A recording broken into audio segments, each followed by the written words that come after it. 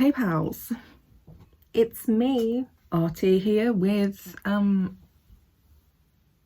chronic illness video. Am I okay? My notes are like on one page, but then it looks like I've started again on another page. Okay, so I am here to talk about steroids. Not the kinds that people take for exercise and muscle and all that weird shit, but for the chronic illness vibes. So I have been on steroid medication, so like tablets, 3 times in the last 2 to 3 years, I guess, is technically that how long, kind of. And I wanted to talk about each separate experience because they were all for different reasons, kind of, and all had like a very different experience. So the first time I was on steroids was not long before I was diagnosed with Crohn's in 2019. So probably around maybe May, because I was diagnosed very early in June of 2019 with Crohn's disease. If you want to know more about that, I have a lot of videos, some blog posts, lots of fun for you to catch up on. And that was because I was just kind of getting worse and I just did not have a diagnosis yet, which is fun. We love that. So my first experience on them was basically by my GP because he just kind of just didn't know what to fucking do. He didn't know what to do because I had no diagnosis yet. We didn't know who to talk to or to contact. We did eventually get in contact with the IBD nurse team or nurse or whatever. This was a different hospital to what I'm at currently as well, so everything was different.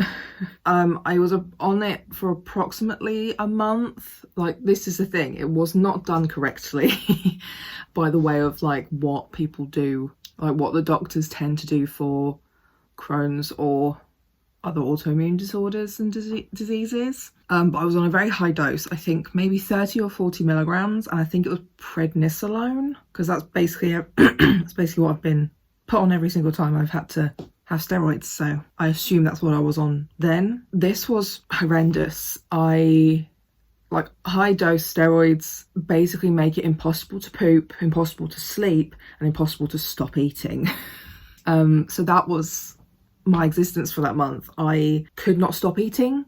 I literally ate even past feeling sick, and like, I've had experience with disordered eating before where I would eat past fullness and feel very unwell because I was just so full of food. I hadn't done that for years, so going through that because of a medication I was on was not fun, because not only was it just like a physical discomfort, it was also like a bringing back an old memory that I was trying to forget. That's kind of what I dealt with in the first couple of weeks. I was like trying really hard to just stop, but it was so difficult. All I could think about was food. I was just there like, I need to eat. I got to put something in my mouth. I need to eat something. It was really bad. And also no sleep. I just could not sleep. Or I would maybe get a couple of hours every now and again. And I am the worst person when I have not slept properly or like slept at all. Occasionally I get like a one-off night where I don't sleep or maybe sleep a couple of hours. And I'm like the worst the next day. So pairing that with the aggression that also comes with steroids. Steroids make you aggressive, gives you mood swings. And I mean, I also just have mental illness. So as you can guess, it was a really good time. The thing with steroids is that they are like, for 90% of people, they are the medication that works like that. It brings down inflammation, it brings down actual pain levels, and it gives you energy. Like, oh my god. The second time I was on steroids, I genuinely felt like a different human being. But like, yeah, so that's what I felt. So I tried to combat my overeating with trying to move more, because I actually had energy and I wasn't in pain. And I have like a whole lot of other diagnosed disorders that cause me pain other than Crohn's. One of them is the Takayasu's, which if you want to have like a intro to Takayasu's, I made a blog post about that. It gives you all the basic information of what you need to know, which is another autoimmune disorder as well. I have hypermobility syndrome, which causes a lot of like muscle and joint pain. I also have fibromyalgia, which is again lots of muscle and joint pain. So like it took away all of those pains, but I really could not stop eating and I could not sleep, and I was not nice. Not nice to be around. So the second time I was on steroids was like a few months later. So I ended up in A&E 6 weeks after my Crohn's diagnosis. I also have a video on that and I also have a blog post on that. So the video, I talk about going to A&E and how horrendous it was, and the blog post is about why I was there. I was there with erythema nodosum. My inflammation levels in my blood were like up over 250. I think normal is 10. Genuinely, like one of the worst pains I've ever been in. It was awful. I was in that pain for a week before I ended up in A&E. And they really wanted to stick me up with an IV, and I was like, get the fuck away from me. Like this was like very soon after I had a very bad experience with the blood test. Nobody was touching me with a needle, you know, but I was put on another very high dose of prednisolone tablets. I was like, I will take the tablets, but I will not let you stick me. I think I was on like 30 to 40 again, I can't really remember, but it was high dose, you know. So again, all of what I've just said came back, but because I was already now diagnosed with Crohn's, it was kind of planned out better. Also, this is a vibe, am I wrong? Can't wait to look like this in the summer. Hey beach. I was on this course, there we go, course of steroids for longer. I think about 3 months, because you have to taper off. You don't just stop, you taper down. So this time I gained some weight because it was a longer period of time I was on steroids. So I actually experienced weight gain, which could have been fat from like eating more, or it could have been water retention, which is also very common in particularly long-term steroids. I don't want to say use, but like use. Being on steroids long-term, you know, because we're not using them for fun in it. But again, like I felt alive. I was like, wow. And it was also like a time of the year where it was really nice weather. So I was like, ow, I was living my best life. I like basically forgot I was sick and disabled, but I couldn't poop. Couldn't sleep. There's like sort of like a happy medium I was at for a while, and I think it was roughly 15 to 20 milligrams, because I also kind of experienced it with my last course that I'm still on. I think it was 20 milligrams, but like for the most part I still wasn't in pain. I had reasonable energy, but I could sleep and I could go to the toilet. This was also before I was put on adalimumab, and I was early on in using mercaptopurine. So like my Crohn's is still not stabilised anyway, and I mean obviously it hadn't stabilised because erythema nodosum was basically just a massive Crohn's flare, which is why I was on this course of steroids. But yeah, so we were tapering down, it was fine. Like all of these other pains that I'd been experiencing, including my dominant arm pain. I also had, what the fuck was it called? Pre-plantar fascia.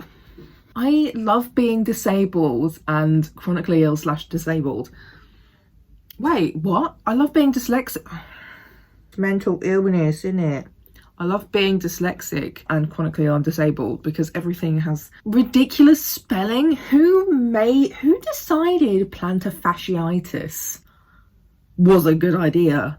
You know, anyway, but yeah, so I had like pre-plantar fasciitis, and that pain had gone away. That's basically a foot pain. I can't be bothered to go into it. My body is very broken, okay? Yeah, like basically, again, all the pain I was in, gone. Beautiful, wonderful. I was living my best life. I was exercising, because as well, it's recommended you exercise when you're on steroids because it helps reduce bone density loss, I think is it. But also like because when I have flares and become really sick, I spend a lot of time being basically entirely inactive, because there was a period, I think it might have been that year actually, where I was literally mildly anemic. Like I'd only just dipped under where I should have been for like iron or whatever. But like that lasted for quite a while, and the fatigue was demons. The fatigue was so bad. I don't think I left my bed for months, basically. What was my point? Oh yeah. So I also was trying to use this time where I wasn't in pain and had lots of energy to try and build up some like fitness, build up some muscle mass, and you know, all that sort of thing, kind of in preparation for, if I say if, but when. The thing with being chronically ill is it's not an if, it's a when, for the most part, when you're going to be too sick to function again. So that's what I was trying to do during this period, was like, hey, I'm feeling great, so let's go for lots of walks, let's do blah blah blah. I can't even remember what I was doing. This was like pre-pandemic world as well. I've forgotten what that's like. But yeah, so I was trying to build up some kind of like fitness level to take care of like future me, who will eventually end up in bed again. And I'm pretty sure I did. So yeah, then I was off steroids for a while. And my third time on steroids was basically when I was diagnosed with Takayasu's. Yay! And that was June of 2020. I'm still on the steroids. So again, if you want to learn more about Takayasu's itself, go to my blog post. But basically I was like officially diagnosed with Takayasu's after a PET scan and immediately put on mid to low dose of steroids. I don't really know. It's not very high, to be honest. I was put on 15 milligrams, 15, 1-5. So I basically just stayed on 15 milligrams for a while to help even out the inflammation my body was fucking going through, basically. I'd started my adalimumab. Again, you can go see that video as well. But I was early on in being on adalimumab, so it needed more time anyway to see if it was helpful. I was on a Miraldi brand. So yeah, I started the steroids in June 2020. We tried to taper down in August to 10. My body did not like that. It went, what the fuck? But like 15 milligrams is like a reasonable midway point for steroids. I didn't really have sleep issues. I didn't really have the uncontrollable hunger that I had the last 2 times. But I also didn't have all the energy. The pain was still there, but not as bad. Because I was on 15 milligrams for so long, the weight gain again, I think I'd lost my previous thing of weight gain. It was about, I think it was about 5 pounds or something. So I think I put that back on again this time, but also started to show a lot more signs of water retention, which was fun. It's like, I feel like my body didn't necessarily change too much. I definitely kind of felt a sense of puffiness, let's say. The waistband of my trousers was getting tighter, and that's just because of water retention. Basically, like the 5 pounds is like, I go up and down that amount anyway. But like, what really affected me was my face. I may show some pictures of my face pre this course. You know, you can see me now here. But basically, my cheeks got puffy. They got puffier. I felt like my face was rounder. Which I never had definition anyway, but like I really felt like I'd lost all of that as well. And like for me, it was just kind of hard to look at my face some days. To be fair, I don't feel like it was too bad that I stopped recognizing myself, because that was something I was worried about. Yeah, we tried tapering again early December, and we tried it differently this time. So we went through December. I would alternate between 15 milligrams and 10 every day, basically for the month of December. Then January, I think, was just 10 milligrams. February was just 9 milligrams. And I definitely saw the weight start coming off. I lost, I think, the same 5 pounds again. And I feel like my face is slowly kind of like slimming back out again. But, so this is like a recent update, because this literally was this week from when I'm recording this. I'm recording this on the first Sunday of March, so I think we're on the 7th. But like March was when I started to taper down to 8. So 8 milligrams, I started that on Monday the 1st. And by Monday the 3rd, to put it simply, I thought I was going to die. yeah, like I didn't feel great for the 3 days, but Wednesday the 3rd, by the evening, I had such intense chest pain that I'd never experienced before. Basically, really, it was literally like right in my, like, what is this called, chest bone somewhere, I don't know. Like, to be honest, things were going too well. Of course there had to be something. I'd tried all of my other medications, all of my other painkillers, which I'm going to be making a video about soon as well, where I just review my painkillers that I've tried. I mean, people wanted to know, so there we go. But yeah, so I tried all of my other painkillers, but I'd been told before that if normal painkillers don't touch a pain I'm dealing with, then it's the vasculitis, i.e. the Takayasus. And the only thing that will touch it will be steroids. So it got to the evening, like literally right before bed, nothing was helping. So I took 2 1 milligram pills of my steroids. So that meant I was technically on like 10. And I tried to go to sleep.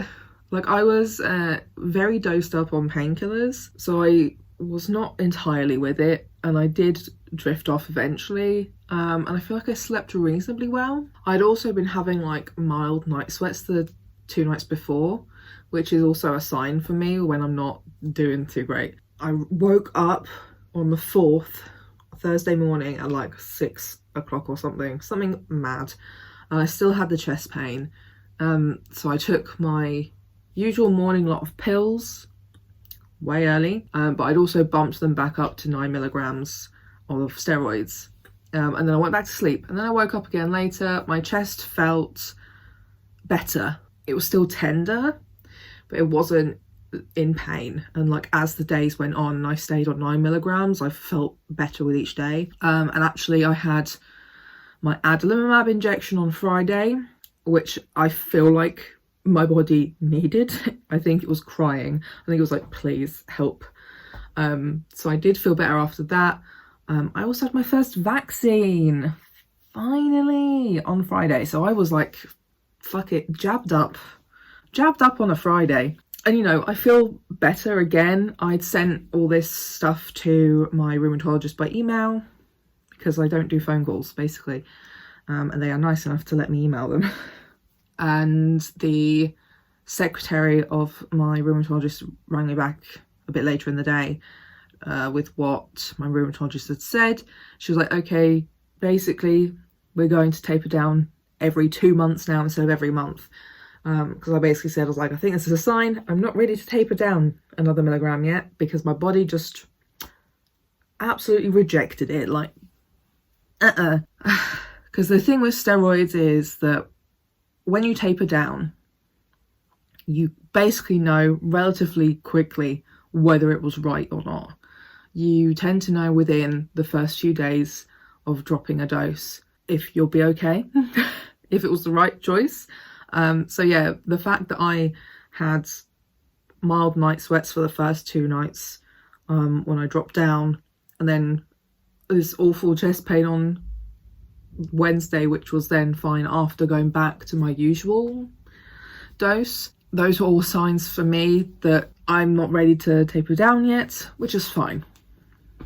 We deal with it, you know? But I'm now at a point where, yeah, the steroids don't necessarily do anything bad, but the long-term effects are still like a worry, which is why they try to taper you off as soon as they can. But you do have to do it really slowly, because your body can and will just be like, what the fuck are you doing? Basically, some of the long-term effects can, as I said at one point, involve bone density, and it can cause you to break bones easier. So a lot of people tend to be recommended to take calcium supplements.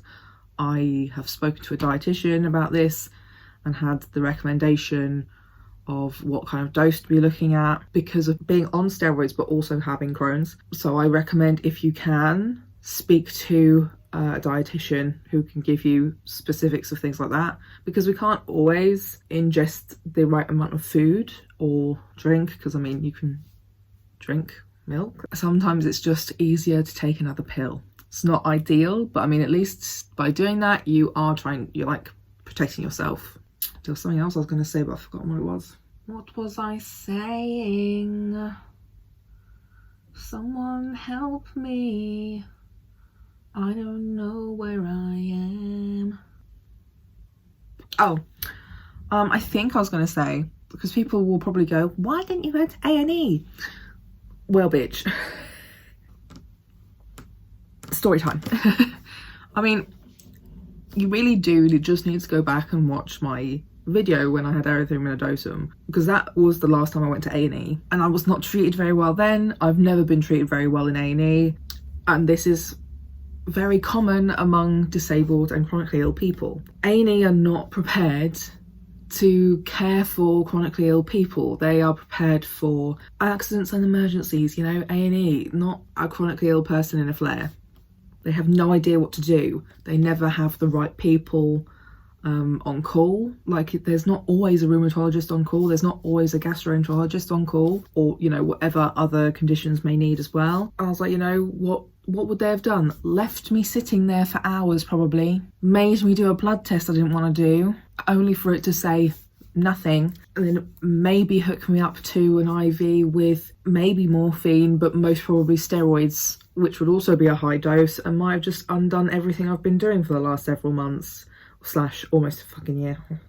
But then also, because of the pandemonium, I would be putting myself at risk of catching that, also most likely by myself, so I wouldn't have someone who could speak for me when I'm in a lot of pain, or to help me communicate with doctors or medical staff, because there are often times when I'm in so much pain I'm not really able to communicate very well, and I think that's also very common among disabled and chronically ill people, you know. And I've made the decision that if I still woke up after my morning meds and I was still in the same amount of pain, yes, fine, I'd go to the fucking A&E, but I wasn't going to do it because they wouldn't have done anything, and I would just be putting myself at risk. You know, at least I would have just died in bed. But you know, that was my week. That's my general experience of steroids so far. I hope this was helpful and you enjoyed this. You know, I make these for people who have never been on steroids and have no idea what it's like, and maybe know someone who is on steroids. I do this for, it'll be nice, medical staff, so they can understand the experience of chronically ill people, because they often don't. And I also make it for other people like me. Maybe they have never been on steroids before and they don't know what they are going to be in for, basically. But yeah, leave a like on my video. Yeah, leave a comment down below of your experiences. This is just my experience of like kind of 3 different times I've been on them, kind of like a few of my other videos, like taking out a septum piercing. People have left like tips in the comments, so leave your life hacks in the comments, and also your personal experiences of steroids, and subscribe to my channel if you want to see more about the chronic illness life, disabled things, you know. But I also talk about queer stuff and books. I'm just trying to make up for the fact that I haven't talked about disabled things in a while, and a lot's been happening. But I'll see you next week. Bye.